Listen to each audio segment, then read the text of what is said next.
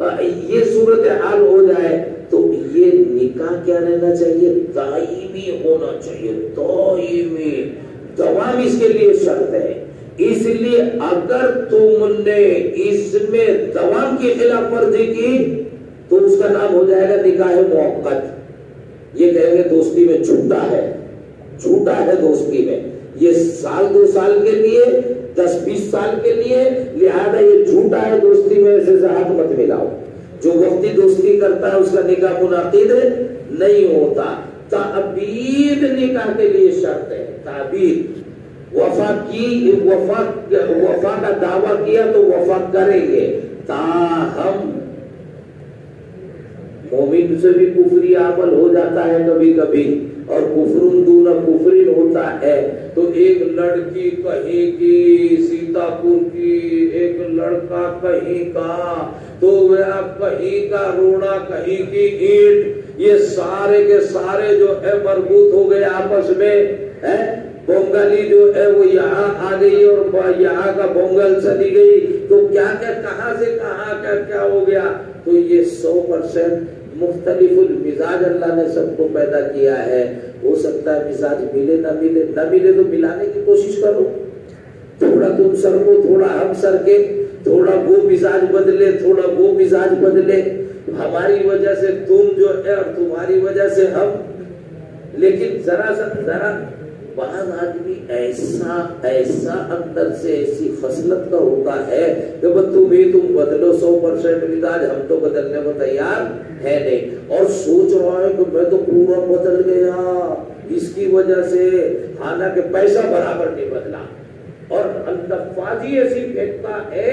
دعوے ایسے کرتا ہے، ہمیں بھی لگنے لگتا ہے کہ واقعی شاید بدل گیا، حالانکہ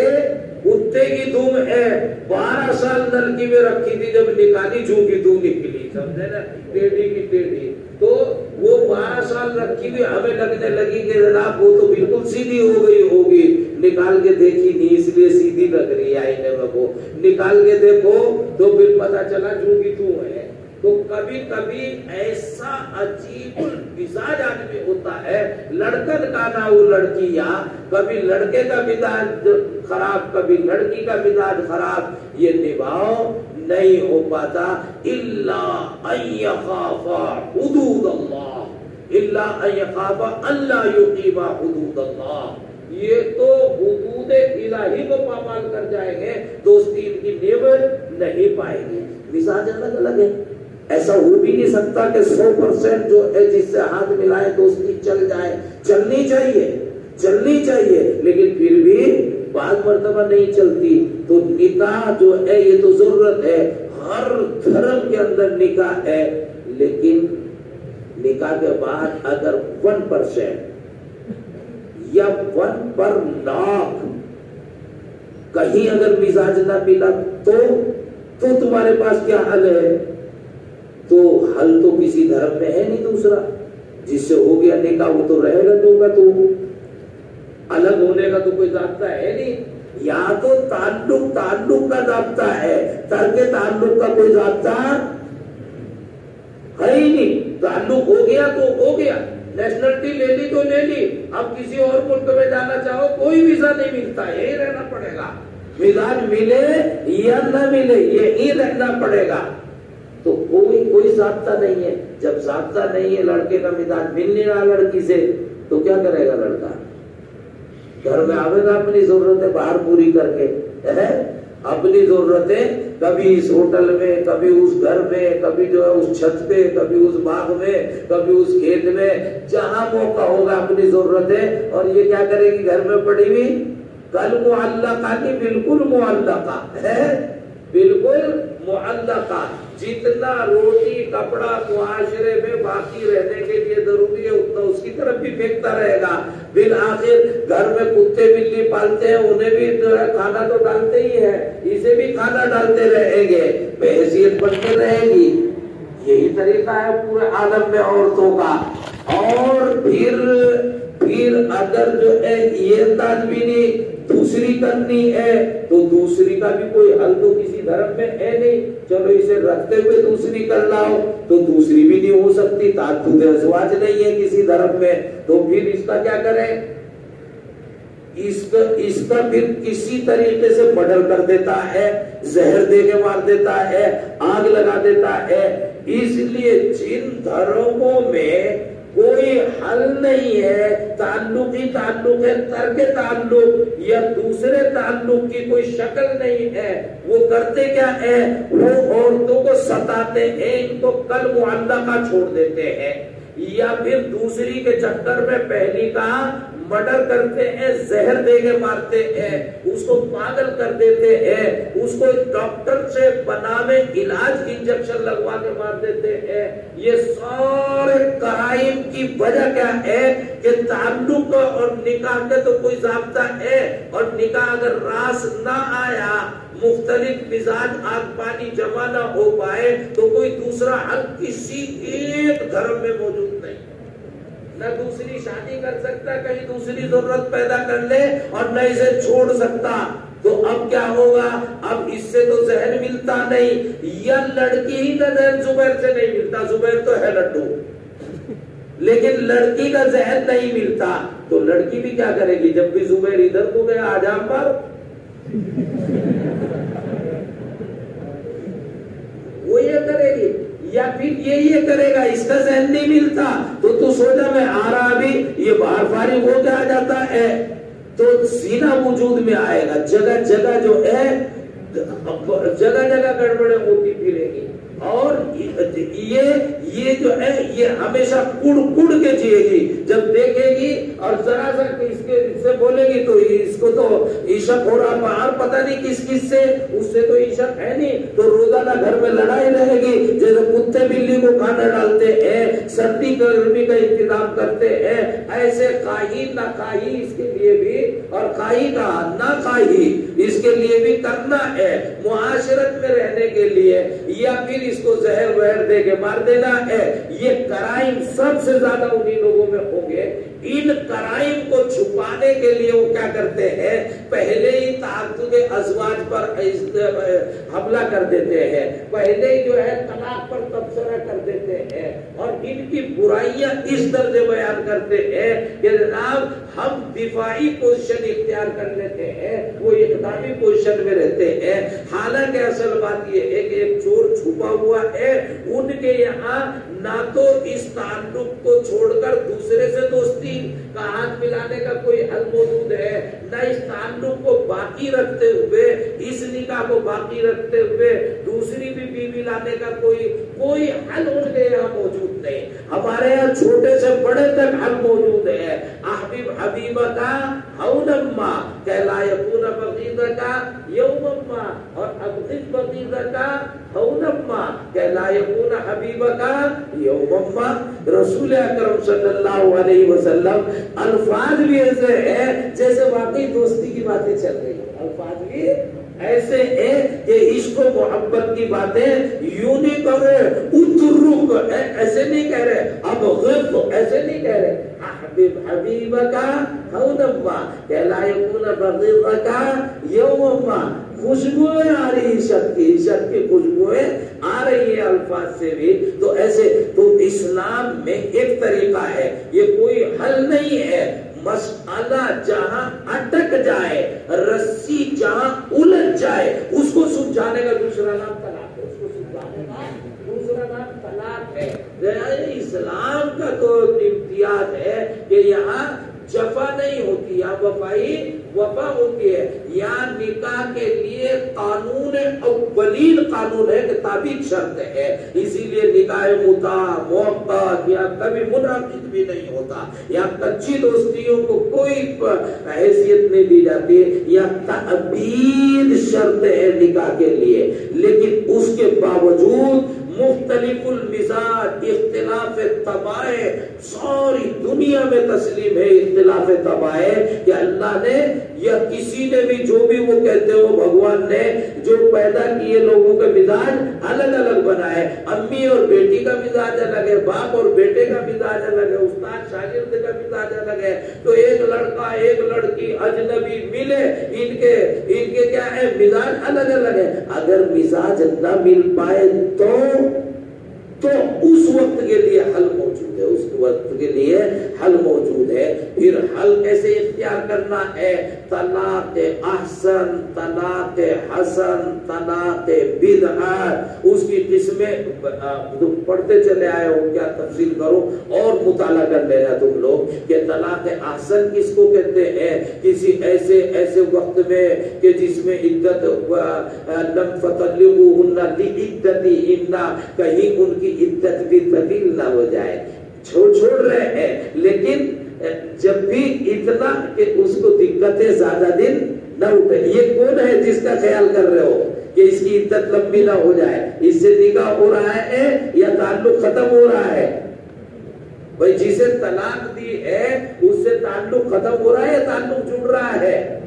تعلق ختم ہو رہا ہے، پھر بھی اس کی عدت بیچاری کی طویل نہ ہو جائے، بیچاری کو نان و نفقہ بھی اچھا دیا جائے، بیچاری کو علیحدگی ہو گئی لیکن کوئی ایسی بات نہیں، آپ ہمارے گھر میں رہے، تھوڑے دن آپ ہمارے ہی یہاں رہے، آپ کے لیے انتظام کرتے ہیں، الگ رہائش کا انتظام کرتے ہیں، تو نفقہ بھی سکنا بھی، اور جناب ترک تعلق میں کہیں عدت لمبی نہ ہو جائے تو طلاق مرتان فإمساک بمعروف او تسریح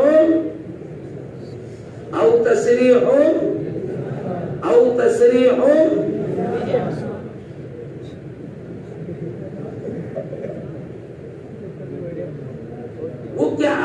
افاطم مہلم بعد هذا التدلل، یہاں اس درسگاہ میں ہے نیچے وہ امرؤ القیس کا قصیدہ ہے، بالآخر اس میں جو ہے مقصدی شعر آ رہا ہے، یہ تو لمبا ہے، قفا نبکی من ذکرا حبیب و منزلی بسقط اللواء بین الدخول فحوملی، ارے عشق میں تو مزہ آتا ہے، مدینے کے گلیاں نہیں مدینے کے باغات میں گھومتا ہے، ان فضاؤں سے مزہ آتا ہے، ان فضاؤں سے مزہ آتا ہے، ان کے تذکرے کرتا پھرتا ہے، پھر آخر میں کہتا ہے افاطم مہلم بعد هذا التدلل وان كنت قد ازمعت سرمی فجملی، تو یہ ناز نخرے فاطمہ ذرا اتنے نہیں، کوئی بات نہیں، تو میرے ساتھ رہے تو بھی تیری رضا ہے نا، اسی میں مزہ ہے، اور تو میرے ساتھ نہ رہے تو دل پہ پتھر رکھ کے کیا کہتا ہے کہ جناب چونکہ تیری خواہش میری خواہش ہے، تیری رضا میری رضا ہے، تو جہاں بھی رہے سلامت رہے، لیکن ہم تمہارے بغیر نہ کبھی رہے نہ کبھی رہے نہ کبھی رہے۔ تو ہماری داستان یہ ہو جائے تو افاطم مہلم بعد هذا التدلل وان كنت قد ازمعت سرمی فجملی، ترک تعلق بھی ہوگا تو اس میں بھی ہماری پرانی داستان محبت جھلک رہی ہوگی، ہم وہ نہیں ترک تعلق ہوتے وہ تو ایسا ہے وہ تو ایسی ہے، نہیں، زمانے محبت میں جو ہو گیا، اب بھی ہم سے ترک تعلق کے باوجود ہمارے سے اس کے خلاف کوئی ایک جملہ زبان سے نکلوا نہیں سکتا، ہم اس کے بارے میں کچی زبان جہاں بھی رہے سدا سلامت رہے، دعائیں دل سے نکلتے رہیں گے، عشق کا تقاضا یہی ہے۔ تو وہ یہ ہو گیا مزاج نہیں ملتا، لیکن فطلقوهن لعدتهن فإمساک بمعروف او تسریح